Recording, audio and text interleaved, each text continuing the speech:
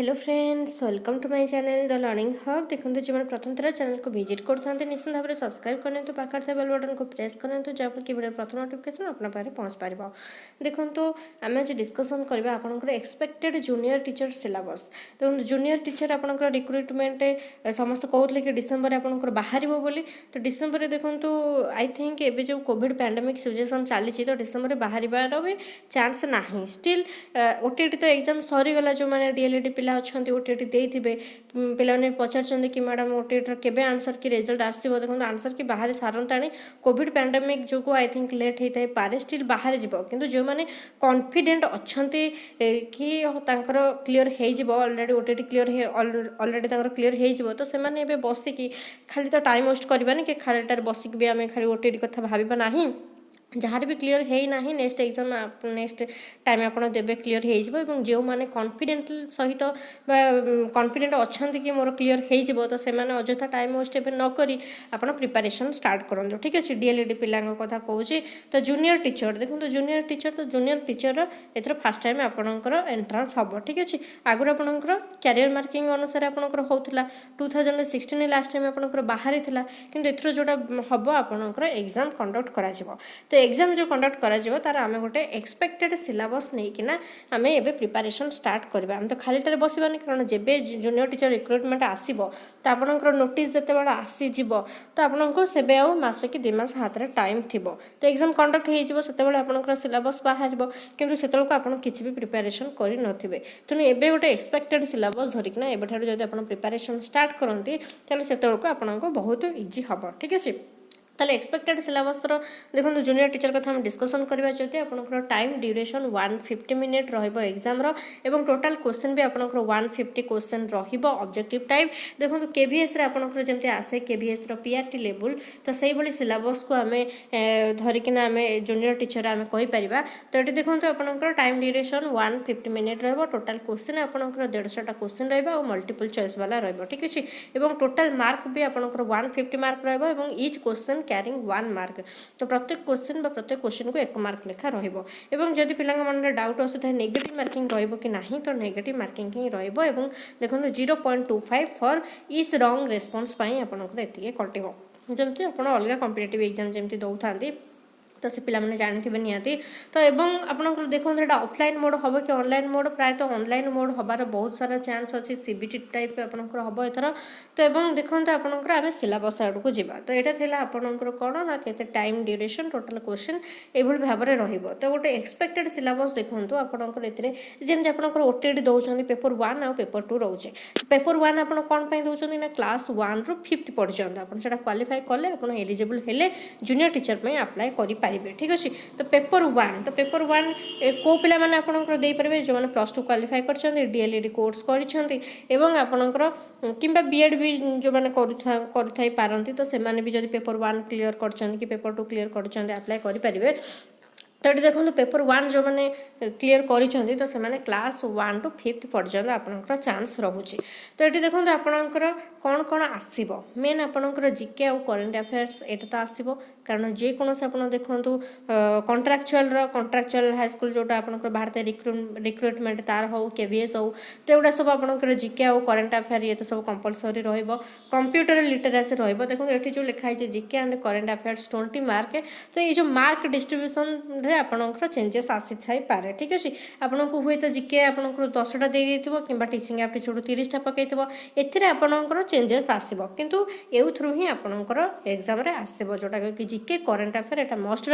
Computer आपंकर question या देखा मिले रिजनिंग एबिलिटी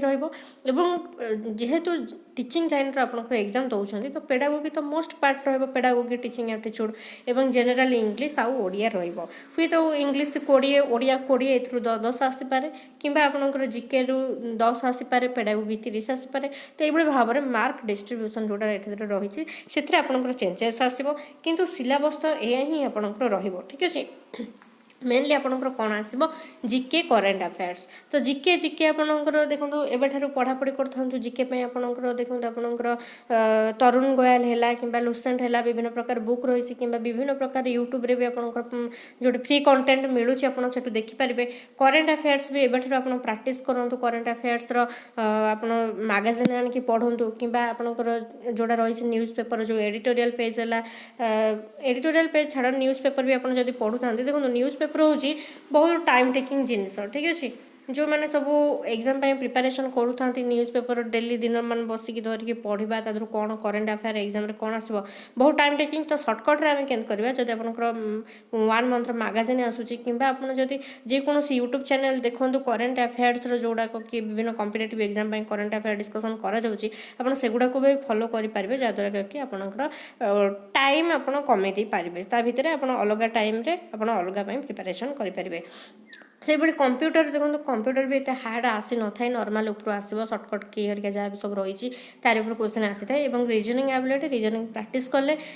आप गोटे चुटकी भी करदे पारे कारण रीजनिंग मैथ गुड़ा पिला प्रैक्टिस कले भल भाव करें ठीक अच्छे एवं जेहेतु टीचिंग लाइन रे तो पेडागोगी और टीचिंग एप्टीट्यूड यहाँ मस्ट रहा सहित आम चैनल रे आम ओटीटी जमी पेडागोगी डिस्कसन करते आम सेमती डिस्कसन करवा जोटा कि आप जूनियर टीचर हो कि जो मैंने ओएसटीटी देवे आगू तो से हेल्पफुल हम एवं देखो जेनेराली इंग्लीश आउ ओडिया ये तो लैंग्वेज पार्ट रहा तो लैंग्वेज इंग्लीश आउ ओडिया यहाँ आसो कंपलसरी ठीक अच्छे तो से देखो आपणकर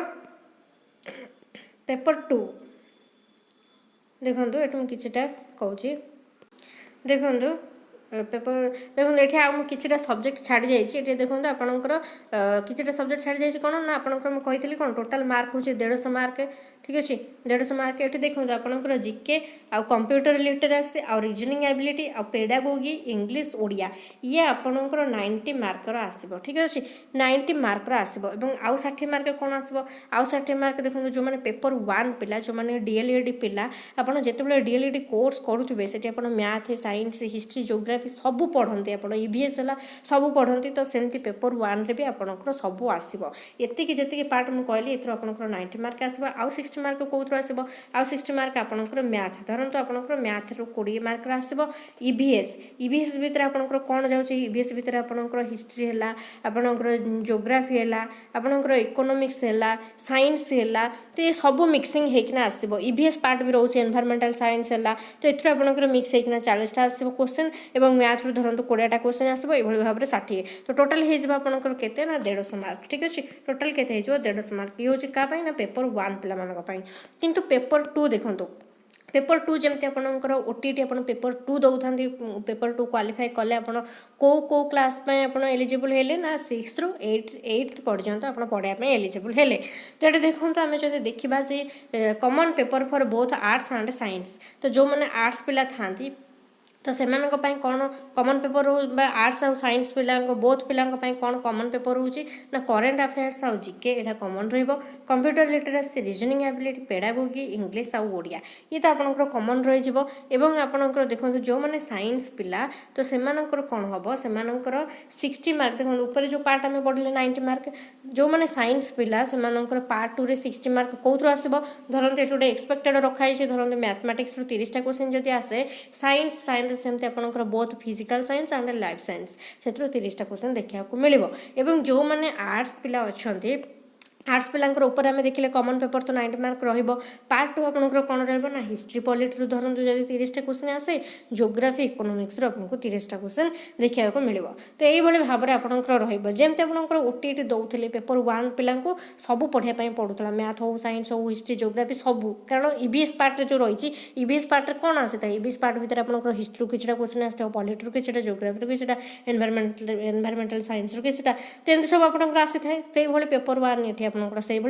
जमी आप ओटीटी पेपर 2 दौले पेपर 2 रे जमी कौन होता ना science पिलांकर only say math science follow करते जो मैंने आर्ट्स पिला रोते सोशल स्टडीज रोला तो से आपंकर ଏଠି ବି ଏକ୍ଜାମ୍ କଣ୍ଡକ୍ଟ କରାଯିବ। ତ ଏଠି ଆପଣଙ୍କର ମେନଲି ଦେଖନ୍ତୁ ଯେଉଁମାନେ କି ପ୍ରିପାରେସନ୍ କରୁଛନ୍ତି ତ ପେପର୍ 1 ପାଇଁ, ତ ପେପର୍ 1ରେ ଦେଖନ୍ତୁ ଆପଣଙ୍କର ଏଗୁଡ଼ା ତ କମନ୍ ସବଜେକ୍ଟ ରହିଯିବ, GK, current affairs, computer, reasoning, pedagogy, general English ଆଉ ଓଡ଼ିଆ। ତ ଏବେ ଆପଣ ମେନଲି ଆପଣଙ୍କର ଜିକେ ଉପରେ ଫୋକସ୍ କରନ୍ତୁ ଆଉ କରେଣ୍ଟ ଆଫେୟାର୍ସ ଉପରେ ଫୋକସ୍ କରନ୍ତୁ। ଏଗୁଡ଼ା ଯେତିକି ଆପଣଙ୍କର କମ୍ ମାର୍କ ଧରନ୍ତୁ 10 ମାର୍କ ବି ଦେଖାଯାଉଥାଇ ପାରେ, କିନ୍ତୁ କ୍ୱେଶ୍ଚିନ୍ ସେମିତି ଟପ୍ ବି ଆସିଥାଏ, ଠିକ୍ ଅଛି। ଏବଂ କମ୍ପ୍ୟୁଟର ହରିକା ଏଗୁଡ଼ା ଆରାମସେ ହେଇଯିବ। ଆଉ ରିଜନିଂ, ମ୍ୟାଥମେଟିକ୍ସ ଯଦି ଆପଣ ପ୍ରାକ୍ଟିସ୍ ରଖିଥାନ୍ତି ନିଶ୍ଚିନ୍ତ ଭାବରେ କରିପାରିବେ। ଏବଂ ପେଡାଗୋଗି ଆଉ ଟିଚିଂ ଆପ୍ଟିଚ୍ୟୁଡ୍ ଇଏ ତ ଯେହେତୁ ଟିଚିଂ ଏକ୍ଜାମ୍, ଟିଚିଂ ଲାଇନ୍ର ଏଇଟା ମୋଷ୍ଟ ପାର୍ଟ, ତେଣୁ ଇଏ ବି ସେମିତି ସେଇଭଳି କ୍ୱେଶ୍ଚିନ୍ ଆସିବ। ତ ଆକୁ ଆମେ ଚ୍ୟାନେଲରେ ଆମେ ଡିସ୍କସନ୍ କରିବା। ତ ଟଚ୍ରେ ବି ରହିବା ଦରକାର, କାରଣ OTT ସରିଗଲା ମାନେ ନୁହେଁ ଯେ ଆପଣ ଟଚ୍ ଛାଡ଼ିଯିବେ, ବସିଯିବେ, ଜୁନିୟର ଟିଚର ଆସିଲେ ଦେଖାଯିବ, ସେମିତି ବିଲକୁଲ ବି ନୁହେଁ। ଏବେଠାରୁ ପ୍ରିପାରେସନ୍ ଜାରି ରଖନ୍ତୁ। ଆଉ ଇଂଲିଶ, ଓଡ଼ିଆ ଏଟା ତ ଲାଙ୍ଗୁଏଜ୍ ପାର୍ଟ ରହିଛି, ଆରାମସେ ସେଇଟା କରିପାରିବେ। ଆଉ ଯାହା ଆପଣଙ୍କର ମ୍ୟାଥମେଟିକ୍ସ ଆଉ ଏନଭାୟରମେଣ୍ଟାଲ ସାଇନ୍ସ, ଦେଖନ୍ତୁ ଯେଉଁମାନେ ଜିକେ ପଢ଼ୁଛନ୍ତି ତ ଜିକେ ଭିତରେ ଆପଣଙ୍କର କ'ଣ ଆସିବ, ଜିକେ ଭିତରେ ଆପଣଙ୍କର ଯାହା ରହିଛି ହିଷ୍ଟ୍ରି, ଜୋଗ୍ରାଫି, ପଲିଟି ଯାହା ବି ରହିଛି, ଷ୍ଟାଟିକ୍ ଜିକେ ହେଲା, ସେଗୁଡ଼ା ସବୁ ପଢ଼ିବେ। ଆଉ ସେଇଟା ବି ଆପଣଙ୍କର ହେଲ୍ପଫୁଲ୍ ହେବ EVS ପାର୍ଟରେ, କାରଣ EVS ପାର୍ଟ ଭିତରେ ବି ତ ଆପଣଙ୍କର ଯାଉଛି ନା ହିଷ୍ଟ୍ରି, ଜୋଗ୍ରାଫି, ଇକୋନୋମିକ୍ସ, ଏଥିରୁ ସବୁ କ୍ୱେଶ୍ଚନ୍ ଆସିବ, ତ ହେଲ୍ପଫୁଲ୍ ହେବ। ସବୁ କ'ଣ ଏବେଠାରୁ ଗୋଟେ ଟାଇମ୍ ଟେବୁଲ୍ ସେଟ୍ କରିକିନା, ଏବେ ଦେଖନ୍ତୁ କରୋନା ଟାଇମ୍, ତ ଏବେ ଯେଉଁ କୋଭିଡ଼ ପ୍ୟାଣ୍ଡେମିକ୍ ସିଚୁଏସନ୍ ଚାଲିଛି, ଆ ଭିତରେ ଆପଣ କ'ଣ ବିଲକୁଲ ବି ଓରିଡ୍ ହେବାର ନାହିଁ। ଏବେ ଅଲଗା କିଛି ବହୁତ ସାରା ଏକ୍ଜାମ୍ ଆପଣଙ୍କର କ୍ୟାନସଲ୍ ହେଇଯାଉଛି। ତେଣୁ ଏବେ ଖାଲିଟାରେ ପିଲାମାନେ ଖାଲିଟାରେ ରୁମ୍ ଭିତରେ ବସିଲେ ହିଁ ବହୁତ ଇରିଟେଟ୍ ଲାଗିବ ନିଜକୁ। ଖାଲିଟାରେ ବସିବା ଅପେକ୍ଷା ଆପଣ କ'ଣ କରିବେ ନା ନିଜର ଗୋଟେ ଗୋଲ୍ ଫିକ୍ସ କରନ୍ତୁ କି ମୋର OTT ମୋର କନଫିଡେଣ୍ଟ ଅଛି, ମୋର କ୍ଲିୟର ହେଇଯିବ। ତ ଆଗକୁ ମୁଁ କ'ଣ କରିବି ନା ଜୁନିୟର ଟିଚର ପାଇଁ ମୁଁ ପ୍ରିପାରେସନ୍ ଏବେଠାରୁ ଷ୍ଟାର୍ଟ କରିଦେବି। ତ ସେଇ ଅନୁସାରେ ଆପଣ ଟାଇମ୍ ଟେବୁଲ୍ ସେଟ୍ କରିକି ଟାଇମ୍କୁ ଆପଣ ଏମିତି ଭାବରେ ଆପଣ ନିଜକୁ ବିଜି ରଖନ୍ତୁ, ଟାଇମ୍ ଟେବୁଲ୍କୁ ଏମିତି ଭାବରେ ସେଟ୍ କରନ୍ତୁ ଯେମିତିକି ଆପଣ ଟାଇମ୍ ୱେଷ୍ଟ ହେବ ନାହିଁ। ଆପଣ ପଢ଼ିବେ, ନିଜକୁ ନିଜକୁ ନିଜେ ମୋଟିଭେଟ୍ କରିବେ, ଠିକ୍ ଅଛି। କାରଣ ଧୀରେ ଧୀରେ ଆଉ ତ କେହି ଆପଣଙ୍କୁ ଧୀରେ ଧୀରେ ବଡ଼ ହେଲା ପରେ କେହି ମୋଟିଭେଟ୍ କରିବେନି, ଯେମିତି ଛୋଟବେଳେ କହନ୍ତି ପିଲାମାନେ ପଢ଼, ବଡ଼ ହେଲା ପରେ କହିବେ ନାହିଁ। ତ ସେମିତି ନିଜକୁ ନିଜେ ମୋଟିଭେଟ୍ କରିକିନା ଆପଣଙ୍କୁ ପଢ଼ିବା ପାଇଁ ପଡ଼ିବ, ଠିକ୍ ଅଛି। ତ ଯଦି ପେଡାଗୋଗି ଆପଣଙ୍କର କିଛି ଅସୁବିଧା ହେଉଥାଏ ତ ଆମ ଚ୍ୟାନେଲରେ ଆମେ ଡିସ୍କସନ୍ କରୁଛେ। ଯଦି ଆପଣ ଟେଲିଗ୍ରାମରେ ଜଏନ୍ ହେଇନାହାନ୍ତି, ଟେଲିଗ୍ରାମରେ ଜଏନ୍ ହେଇପାରିବେ। ଯାହା ବି ପ୍ରୋବ୍ଲେମ୍ ରହିଛି ଆମେ ସେଠି ବି ସଲ୍ଭ କରିବା। ତ ଆଜି ପାଇଁ ଏତିକି, ଥ୍ୟାଙ୍କ ୟୁ।